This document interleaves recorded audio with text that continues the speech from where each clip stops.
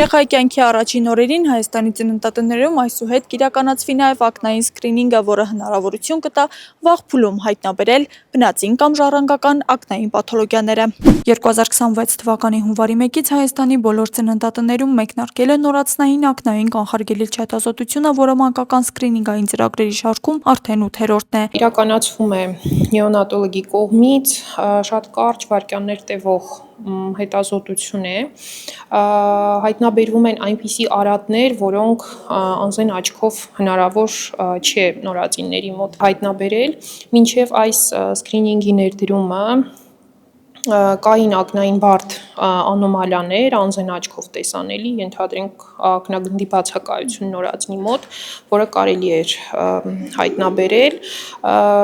իսկ այս սկրինինգով արդեն հայտնաբերվում են այն անոմալիաները, որոնք անզեն աչքով տեսանելի չեն։ Գյումրի բժշկական կենտրոնի ծննդատան բաժանմունքի նորածնային ծառայության պատասխանատու Գոհար Ղարիբյանի խոսքով, տեսողության մի շարք խանգարումներ, հիվանդություններ եւ բնածին արատներ նորածնային շրջանում դեռևս չեն արտահայտվում ակնհայտ կլինիկական նշաններով, սակայն մասնագետները վստահ են, վաղ ախտորոշումն ու ժամանակին միջամտությունը կարող են կանխել տեսողության անդառնալի կորուստը եւ ապահովել երեխայի բնականon տեսողական զարգացումը։ Սկրինինգը ներդրված է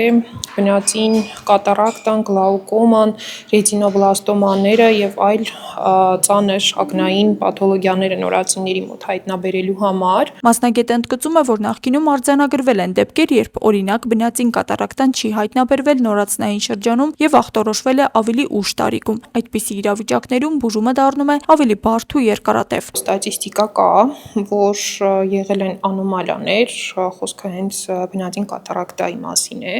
որ նորածնային տարիքում չի հայտնաբերվել է ավելի ուշ տարիքում, բնականաբար արդեն եւ բուժումը ավելի բարդացած է լինում եւ ավելի երկարատև։ Ակնային սկրինինգը իրականացվում է նորածնի կյանքի առաջին 48 ժամերի ընթացքում մինչև դուսկրումը ծննդատնից։ Ակնային խնդիրների մի մասը պայմանավորված է ժառանգական գործոններով, մյուս մասը հղիության ընթացքում մոր կրած որոշ հիվանդություններով, ինֆեկցիաներով կամ վիրուսներով։ Կան եւ ժառանգաբար փոխանցվող ժառանգական հիվանդություններ եւ բնածին անոմալիաներ, որոնք առաջանում են հղիության ընթացքում ինչ որ հիվանդությունների, ինֆեկցիաների, վիրուսների ֆոնի վրա։ Ամեն դեպքում տվյալ անոմալիաները բնածին են, ոչ թե ձեռքբերովի։ Բացի նորածնային ակնային կանխարգելիչ հետազոտություններից ծննդատանը իրականացվում են նաև 7 այլ սկրինինգային ծրագրեր, որոնց թվում են նաև գենետիկ հետազոտությունները։ Կրունկից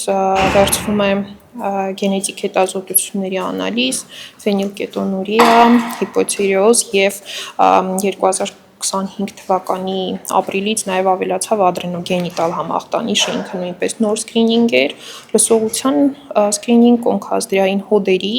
անհաս նորածինների դեպքում անհասության ռետինոպաթիայի սկրինինգ եւ սրտի սկրինինգ սրտի բնածին արատների շղթման համար։ Գյումրու ծննդատանը ծրագրի մեկնարկից ավելի քան 20 օր հետո ուրախությամբ են արձանագրում, որ մինչ այժմ լույս աշխարհ եկած երեխաներից ոչ մեկը ակնային խնդիրներ չեն ունեցել։ Աստղիկ Խաչատրյան, Խանովանիսյան, այսօր։